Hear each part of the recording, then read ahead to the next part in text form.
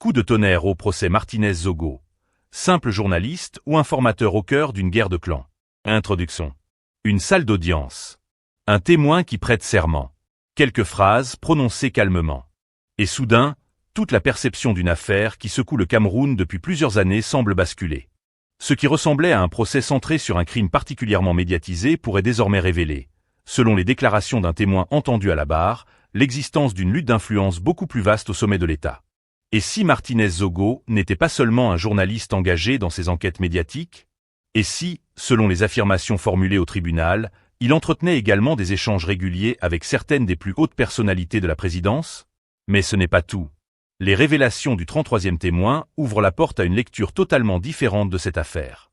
Une lecture où s'entremêleraient informations sensibles, rivalité de pouvoir, dénonciations financières et affrontements entre cercles d'influence.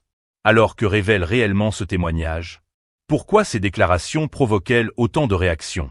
Et surtout, que pourraient-elles nous apprendre sur les batailles silencieuses qui se joueraient dans les coulisses du pouvoir? Restez jusqu'à la fin de cette analyse sur Camenews, car ce qui se dessine derrière cette affaire pourrait être encore plus complexe que ce que beaucoup imaginaient. Partie 1.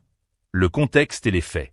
Depuis le début du procès relatif à l'affaire Martinez-Zogo, chaque audience apporte son lot de révélations, de contradictions et de nouvelles interrogations. Mais certaines journées marquent davantage les esprits que d'autres. Et l'intervention du 33e témoin semble faire partie de ces moments qui peuvent modifier la compréhension globale d'un dossier. Selon les comptes rendus de l'audience, le ministère public a fait comparaître M. Ouloumou Jean-Pierre, présenté comme expert dans le cadre de la procédure. Très rapidement, son témoignage aurait attiré l'attention de tous les observateurs. Pourquoi? Parce qu'il ne se serait pas limité à des considérations techniques. Selon ses déclarations devant le tribunal, il existerait un ensemble de communications entre Martinez-Zogo et certaines personnalités occupant des fonctions importantes à la présidence de la République. Mais ce n'est pas tout. D'après ce témoin, ces échanges auraient notamment concerné Ferdinand Ngo, ministre secrétaire général de la présidence, ainsi qu'Oswald Babok, directeur adjoint du cabinet civil. Des affirmations particulièrement sensibles. Et il convient de rappeler un principe fondamental.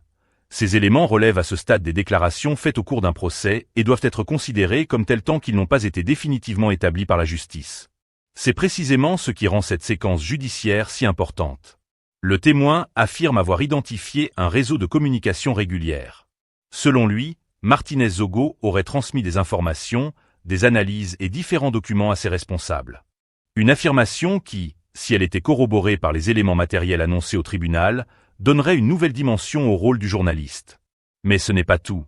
Depuis plusieurs années déjà, de nombreux observateurs décrivent les hautes sphères du pouvoir camerounais comme un espace où coexistent plusieurs centres d'influence. Officiellement, les institutions fonctionnent selon leur organisation habituelle.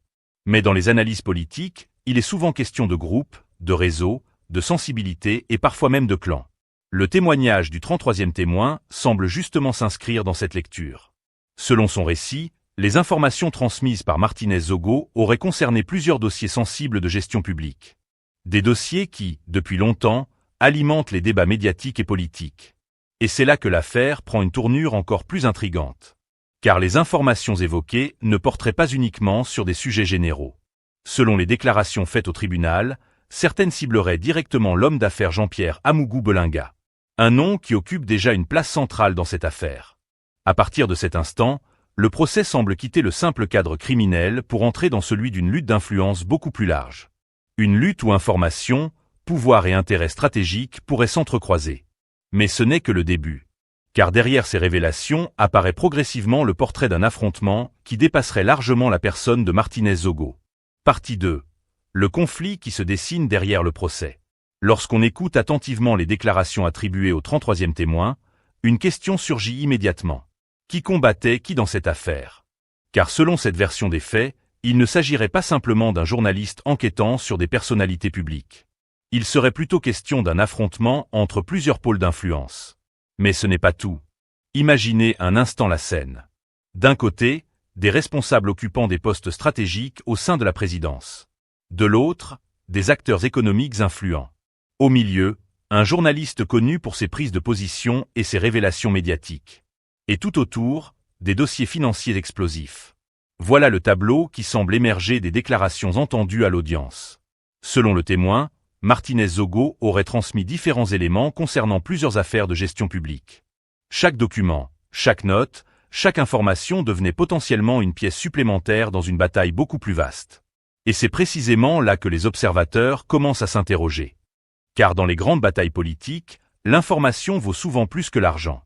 Celui qui possède l'information possède parfois un avantage décisif. Mais ce n'est pas tout. Les informations évoquées concerneraient notamment des affaires qui ont marqué l'actualité nationale. Des dossiers ayant fait l'objet de nombreux débats publics. Des affaires suivies de près par l'opinion. Des dossiers susceptibles d'affecter la réputation ou les intérêts de certaines personnalités. Dans ce contexte, chaque révélation devient une munition. Chaque document devient un levier. Chaque dénonciation devient une arme. Et lorsqu'on accumule suffisamment d'armes informationnelles, les rapports de force peuvent changer. C'est en tout cas ce que semblent suggérer certaines analyses. Mais le plus fascinant est ailleurs. Selon le témoignage présenté au tribunal, Martinez-Zogo n'aurait pas seulement relayé des informations issues des réseaux sociaux. Il aurait également mené ses propres investigations. Autrement dit, selon cette version, il aurait combiné travail journalistique, veille médiatique et collecte d'informations. Un profil qui expliquerait pourquoi certains de ses contenus suscitaient autant de réactions. Mais ce n'est pas tout. Plus les audiences avancent, plus une question devient centrale. Le véritable enjeu du procès concerne-t-il uniquement les faits criminels examinés par la justice? Ou assiste-t-on également à la mise au jour d'une guerre de pouvoir longtemps restée invisible pour le grand public? C'est précisément cette interrogation qui maintient aujourd'hui l'attention de nombreux Camerounais. Et les prochaines audiences pourraient apporter des éléments supplémentaires. Partie 3. Révélation et décryptage. Les coulisses d'une guerre invisible qui se retrouve au grand jour. À ce stade de notre analyse, une question commence sérieusement à se poser. Et si le procès Martinez-Zogo révélait progressivement quelque chose de beaucoup plus grand que ce que le public imaginait au départ? Car lorsqu'on écoute attentivement les déclarations attribuées au 33e témoin, on constate que le débat ne porte plus seulement sur des individus.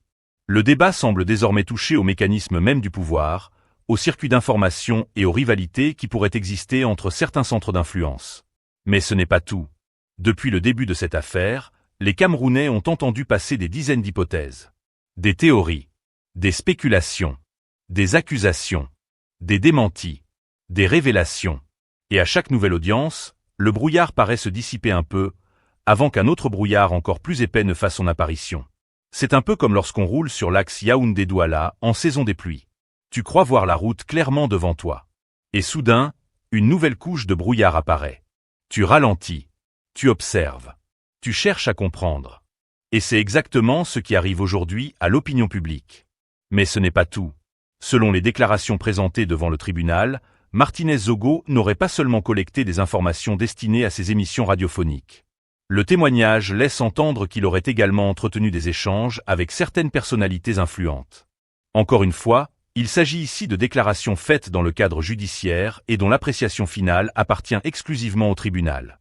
Mais si l'on se place dans une logique d'analyse politique, ces affirmations ouvrent des perspectives fascinantes. Pourquoi? Parce qu'elles suggèrent l'existence possible d'un système parallèle de circulation de l'information. Un système où les renseignements ne circuleraient pas uniquement par les canaux administratifs traditionnels. Mais ce n'est pas tout. Dans toutes les sociétés modernes, l'information est devenue une arme stratégique. Certains possèdent des entreprises. D'autres possèdent des réseaux. D'autres possèdent des capitaux. Mais celui qui possède l'information possède souvent un avantage considérable. Parce qu'il sait avant les autres. Parce qu'il comprend avant les autres. Parce qu'il anticipe avant les autres. Et parfois même parce qu'il influence les autres. Voilà pourquoi les déclarations du 33e témoin suscitent autant d'intérêt. Elles ne parlent pas seulement de personnes. Elles parlent du pouvoir de l'information. Et au Cameroun, chacun sait que l'information est souvent plus précieuse qu'un terrain à Bastos ou qu'une villa avec vue sur l'océan à Kribi. Mais ce n'est pas tout. Selon le témoignage entendu à l'audience, plusieurs dossiers sensibles auraient été transmis dans le cadre de ces échanges. Et lorsque l'on regarde la liste évoquée, on comprend immédiatement pourquoi les débats deviennent aussi passionnés. Car il ne s'agit pas de simples documents administratifs oubliés dans une armoire poussiéreuse. Il s'agit de dossiers qui ont marqué l'actualité nationale. Des dossiers qui ont alimenté les débats dans les médias. Des dossiers qui ont suscité des controverses. Des dossiers qui ont parfois provoqué des affrontements politiques. Autrement dit, des sujets extrêmement sensibles. Et lorsqu'un journaliste se retrouve associé à des informations portant sur des affaires aussi importantes, cela change forcément la manière dont certains observateurs interprètent son rôle. Mais ce n'est pas tout. Ce qui intrigue particulièrement les analystes, c'est la nature même de la relation décrite par le témoin. Selon cette version présentée au tribunal, Martinez-Zogo n'aurait pas été un simple observateur extérieur. Il serait devenu, selon les termes employés par certains commentateurs, une sorte de relais d'information. Attention encore une fois. Il ne s'agit pas ici d'un fait définitivement établi. Il s'agit d'une lecture basée sur les déclarations faites au cours du procès. Mais cette hypothèse soulève des questions fascinantes. Car dans l'imaginaire collectif, le journaliste est généralement perçu comme quelqu'un qui observe le pouvoir. Quelqu'un qui enquête sur le pouvoir. Quelqu'un qui critique parfois le pouvoir. Mais lorsque les frontières deviennent floues entre les observateurs et certains acteurs du système, les interrogations deviennent inévitables. Et c'est précisément ce qui semble se produire aujourd'hui. Mais ce n'est pas tout. Essayons maintenant de regarder cette affaire sous un autre angle. Imaginez un grand match de football. Le public croit que seuls les joueurs présents sur la pelouse participent à la rencontre. Pièce. Mais derrière les tribunes, dans les vestiaires et dans les bureaux, d'autres acteurs influencent également le résultat. Les dirigeants, les recruteurs, les investisseurs, les intermédiaires, les conseillers, les sponsors. Tous jouent un rôle, même lorsqu'on ne les voit pas. Et selon certaines analyses, l'affaire Martinez-Zogo pourrait fonctionner de la même manière. Le grand public observait la partie visible, pendant que d'autres dynamiques plus discrètes se déroulaient en arrière-plan. Mais ce n'est pas tout. Plus les audiences avancent, plus une réalité semble émerger. Cette affaire est devenue une gigantesque bataille de récits. Chaque camp possède sa lecture. Chaque observateur possède son interprétation. Chaque analyste possède son explication. Pour certains, Martinez-Zogo incarnait avant tout un journaliste engagé. Pour d'autres, il était devenu un acteur influent dans des affrontements qui le dépassaient. Pour d'autres encore, la vérité se situerait quelque part entre les deux. Et c'est justement ce qui rend ce dossier si complexe. Parce qu'il ne s'agit plus simplement d'établir des faits. Il s'agit également de comprendre un contexte. De comprendre des relations. De comprendre des stratégies. De comprendre des intérêts. Mais ce n'est pas tout. Ce qui frappe également, c'est la manière dont ces révélations semblent dessiner progressivement la carte de certaines rivalités au sommet. Depuis des années, des rumeurs circulent régulièrement sur l'existence de différents courants d'influence. Des groupes, des réseaux, des sensibilités, des alliances, des compétitions silencieuses. Rien d'exceptionnel d'ailleurs. Tous les systèmes politiques connaissent ce genre de réalité. Mais ce qui est inhabituel, c'est lorsque ces rivalités présumées commencent à apparaître publiquement dans le cadre d'un procès aussi médiatisé. À partir de ce moment-là, l'attention du public change complètement. Les gens ne regardent plus seulement l'affaire. Ils commencent à observer tout le système. Mais ce n'est pas tout. Le plus spectaculaire dans cette séquence judiciaire, c'est peut-être la sensation que chaque révélation conduit vers une autre révélation. Comme ces poupées russes que l'on ouvre une à une. On croit avoir atteint le centre. Puis une nouvelle poupée apparaît. Puis encore une autre. Puis encore une autre. Et à chaque étape, la surprise grandit. Aujourd'hui, les déclarations du 33e témoin soulèvent déjà d'innombrables questions. Demain, d'autres témoins pourraient apporter de nouveaux éléments. Après-demain, d'autres preuves pourraient être discutées. Et ainsi de suite. Le feuilleton judiciaire continue. Mais ce n'est pas tout.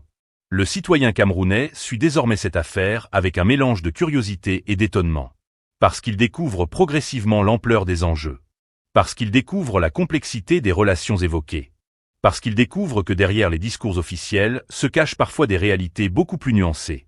Comme disent souvent les anciens au quartier. Quand tu regardes seulement la surface de la rivière, tu peux croire qu'elle est calme. Mais c'est au fond de l'eau que se trouvent les plus gros poissons. Et aujourd'hui, beaucoup ont le sentiment que le procès est en train d'explorer précisément ce fond de la rivière. Un fond rempli de questions. Un fond rempli de mystères. Un fond rempli d'enjeux. Et surtout, un fond dont personne ne connaît encore toutes les profondeurs. Mais ce n'est pas tout. À mesure que les audiences se poursuivent, une certitude s'impose. Quelle que soit l'issue judiciaire de cette affaire, ce procès aura déjà marqué l'histoire récente du Cameroun. Parce qu'il oblige le pays à regarder certaines réalités en face. Parce qu'il ouvre des débats qui dépassent largement le cadre judiciaire. Parce qu'il pousse les citoyens à s'interroger sur les rapports entre information, influence, pouvoir et responsabilité. Et c'est précisément pour cette raison que chaque nouvelle audience est suivie avec autant d'attention. Car derrière chaque témoignage pourrait se cacher une nouvelle pièce du puzzle. Une pièce capable de modifier encore une fois la compréhension de toute cette affaire. Et au Cameroun, lorsqu'un puzzle politique commence à révéler son image, tout le monde veut être présent pour voir apparaître la dernière. Partie 4. Analyse satirique approfondie, quand les guerres de clans sortent des coulisses. Prenons maintenant un peu d'auteur sur cette affaire. Parce que souvent au Cameroun, lorsqu'une histoire commence avec un journaliste, se poursuit avec des hommes d'affaires, traverse les couloirs du pouvoir et finit devant un tribunal, il faut comprendre qu'on n'est plus dans un simple fait divers. On entre dans ce que les Camerounais appellent souvent, avec humour, les choses du haut. Et là, mes chers compatriotes, les choses du haut sont souvent plus compliquées qu'un problème de mathématiques posé à un élève de CM2 un vendredi après-midi sous le soleil de Marois. Mais ce n'est pas tout.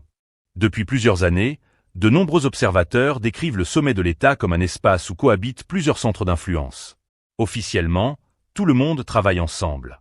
Officiellement, tout le monde poursuit les mêmes objectifs. Officiellement, tout le monde regarde dans la même direction. Mais comme le dit un célèbre proverbe camerounais, quand plusieurs coqs chantent dans la même cour, il faut toujours se demander lequel veut devenir le chef du poulailler. Et c'est précisément ce qui intrigue dans cette affaire.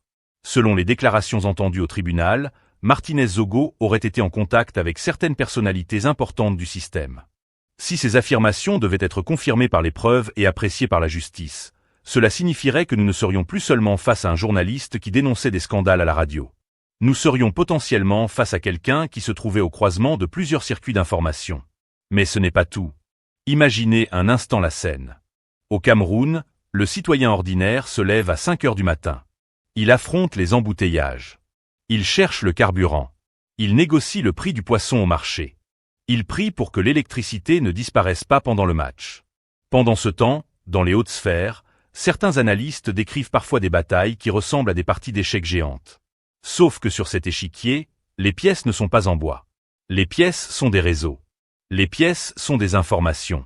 Les pièces sont des influences. Les pièces sont parfois des réputations.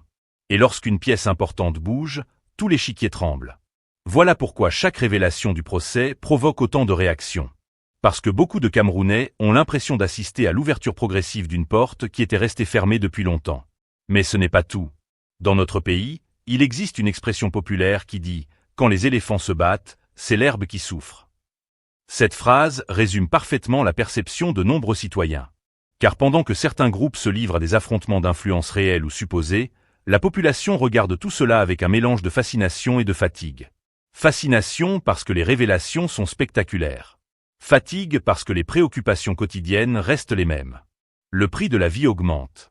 Les jeunes cherchent du travail. Les commerçants cherchent des clients. Les parents cherchent à payer les frais de scolarité. Et pourtant, les grandes batailles continuent. Comme un feuilleton qui ne connaît jamais de pause. Mais ce n'est pas tout. Ce qui frappe dans cette affaire, c'est le rôle central de l'information. Au XXIe siècle, celui qui contrôle l'information possède souvent un pouvoir considérable. Pas nécessairement parce qu'il détient la vérité absolue, mais parce qu'il influence le débat. Il influence les perceptions. Il influence parfois les décisions. Et dans cette logique, chaque dossier sensible devient un trésor. Chaque rapport devient une ressource stratégique. Chaque note confidentielle devient un objet de convoitise. C'est un peu comme dans les quartiers de Douala. Lorsque quelqu'un apprend avant tout le monde que le propriétaire veut vendre un terrain, toute la rue commence à s'agiter. L'information crée le mouvement. L'information crée les opportunités. L'information crée les rivalités. Et parfois, l'information crée aussi les conflits. Mais ce n'est pas tout. Certains observateurs estiment que l'affaire Martinez-Zogo dépasse aujourd'hui largement le cadre d'un affrontement entre individus. Elle pose une question beaucoup plus vaste. Comment fonctionnent réellement les rapports de force dans les cercles de pouvoir? Qui influence qui? Qui informe qui? Qui protège qui? Qui combat qui? Et surtout, pourquoi? Autant de questions qui alimentent désormais les débats dans les taxis, les marchés, les universités, les bureaux et même les salons de coiffure. Car au Cameroun, les salons de coiffure sont parfois plus efficaces que certains instituts de sondage. Là-bas, tout le monde est expert. Tout le monde est analyste. Tout le monde est constitutionnaliste. Tout le monde est enquêteur. Et chacun possède sa propre théorie. Mais ce n'est pas tout. Cette affaire nous rappelle également une réalité universelle. Le pouvoir attire toujours les ambitions. Toujours. Dans tous les pays. À toutes les époques. L'histoire humaine fonctionne ainsi. Autour du pouvoir gravitent les intérêts. Autour des intérêts gravitent les rivalités. Autour des rivalités gravitent les alliances. Et autour des alliances gravitent parfois les trahisons. C'est presque une loi de la nature politique. Et lorsqu'une crise éclate, tout ce qui était caché commence progressivement à remonter à la surface. Comme un filet de pêche tiré hors de l'eau. Au début, on ne voit rien. Puis apparaissent quelques poissons. Puis d'autres. Puis encore d'autres. Et soudain, tout le monde découvre ce qui se trouvait au fond. Mais ce n'est pas tout. Beaucoup de Camerounais ont également été frappés par le nombre de dossiers évoqués au cours de cette procédure. Des dossiers qui concernent parfois des milliards de francs. Des dossiers qui ont alimenté les conversations nationales pendant des années. Des dossiers dont certains citoyens pensaient qu'ils avaient déjà disparu de l'actualité. Et voilà qu'ils réapparaissent au détour d'un témoignage. Comme des fantômes qui refusent de quitter la maison. Et là, le public se pose naturellement des questions. Pourquoi maintenant? Pourquoi ces révélations? Pourquoi ces noms? Pourquoi ces dossiers? Le tribunal poursuivra son travail pour examiner les faits et les éléments présentés. Mais dans l'opinion publique, les interrogations continuent de grandir. Mais ce n'est pas tout. La satire camerounaise nous enseigne également une autre leçon. Dans notre pays, lorsque deux personnes se disputent un plantain, ce n'est jamais le plantain qui est le véritable problème. Le problème est souvent ce qui se cache derrière le plantain. L'orgueil, l'influence, le prestige, le pouvoir. Autrement dit, l'objet visible du conflit n'est parfois qu'un symbole. Et certains analystes pensent que cette affaire pourrait justement révéler des tensions beaucoup plus profondes que ce qui apparaît en surface. Des tensions accumulées au fil des années. Des rivalités silencieuses. Des frustrations anciennes. Des batailles invisibles. Et lorsque ces tensions remontent à la surface, elles deviennent soudain visibles pour tout le monde. Comme un volcan longtemps endormi. Mais ce n'est pas tout. Le plus impressionnant dans toute cette histoire, c'est que personne ne semble encore posséder toutes les réponses. Chaque audience apporte de nouveaux éléments. Chaque témoin apporte une nouvelle pièce du puzzle. Chaque révélation ouvre une nouvelle porte. Et derrière chaque porte se cache une autre question. C'est exactement ce qui rend cette affaire si captivante. Parce que le scénario continue de s'écrire sous les yeux du public. Parce que le dernier chapitre n'a pas encore été rédigé. Parce que les révélations d'aujourd'hui pourraient être dépassées par celles de demain. Et au Cameroun, lorsqu'une affaire politique atteint ce niveau de complexité, même les vendeurs de beignets commencent à suivre les audiences avec attention. Car tout le monde comprend qu'il ne s'agit plus simplement d'un procès. Il s'agit aussi d'un miroir. Un miroir qui reflète certaines réalités du fonctionnement du pouvoir, des influences et des rivalités qui traversent la société. Et pendant que les débats continuent, une chose reste certaine. Les Camerounais observent. Les Camerounais analysent. Les Camerounais commentent. Et comme toujours, ils attendent que toute la lumière soit faite par la justice sur cette affaire qui continue de secouer le pays. Car au final, derrière le bruit, derrière les rumeurs, derrière les théories et derrière les passions, ce que recherche le peuple reste la même chose. La vérité, toute la vérité, rien que la vérité. Conclusion. Au final, les déclarations du 33e témoin ont profondément marqué cette phase du procès. Selon son témoignage, Martinez Zogo aurait entretenu des échanges avec certaines autres personnalités de la présidence et leur aurait transmis des informations relatives à plusieurs dossiers sensibles. Ces affirmations, qui devront être appréciées par la justice à la lumière de l'ensemble des preuves et des débats contradictoires, ouvrent de nouvelles pistes de réflexion sur le contexte général de cette affaire. Mais ce n'est pas tout. Au-delà du procès lui-même, ces révélations alimentent les interrogations sur les rapports de force, les rivalités d'influence et les mécanismes du pouvoir. Le travail de la justice se poursuit. Les audiences continuent. Et de nouveaux éléments pourraient encore émerger dans les prochaines semaines. Une chose est certaine. Cette affaire n'a pas fini de faire parler. Alors dites-nous dans les commentaires. Selon vous, ces révélations changent-elles votre compréhension de l'affaire Martinez Zogo? Partagez votre analyse dans l'espace commentaire. Et surtout, abonnez-vous dès maintenant à Camé News, activez la cloche de notification et rejoignez notre communauté pour ne manquer aucun décryptage des grandes affaires qui font l'actualité du Cameroun et de l'Afrique.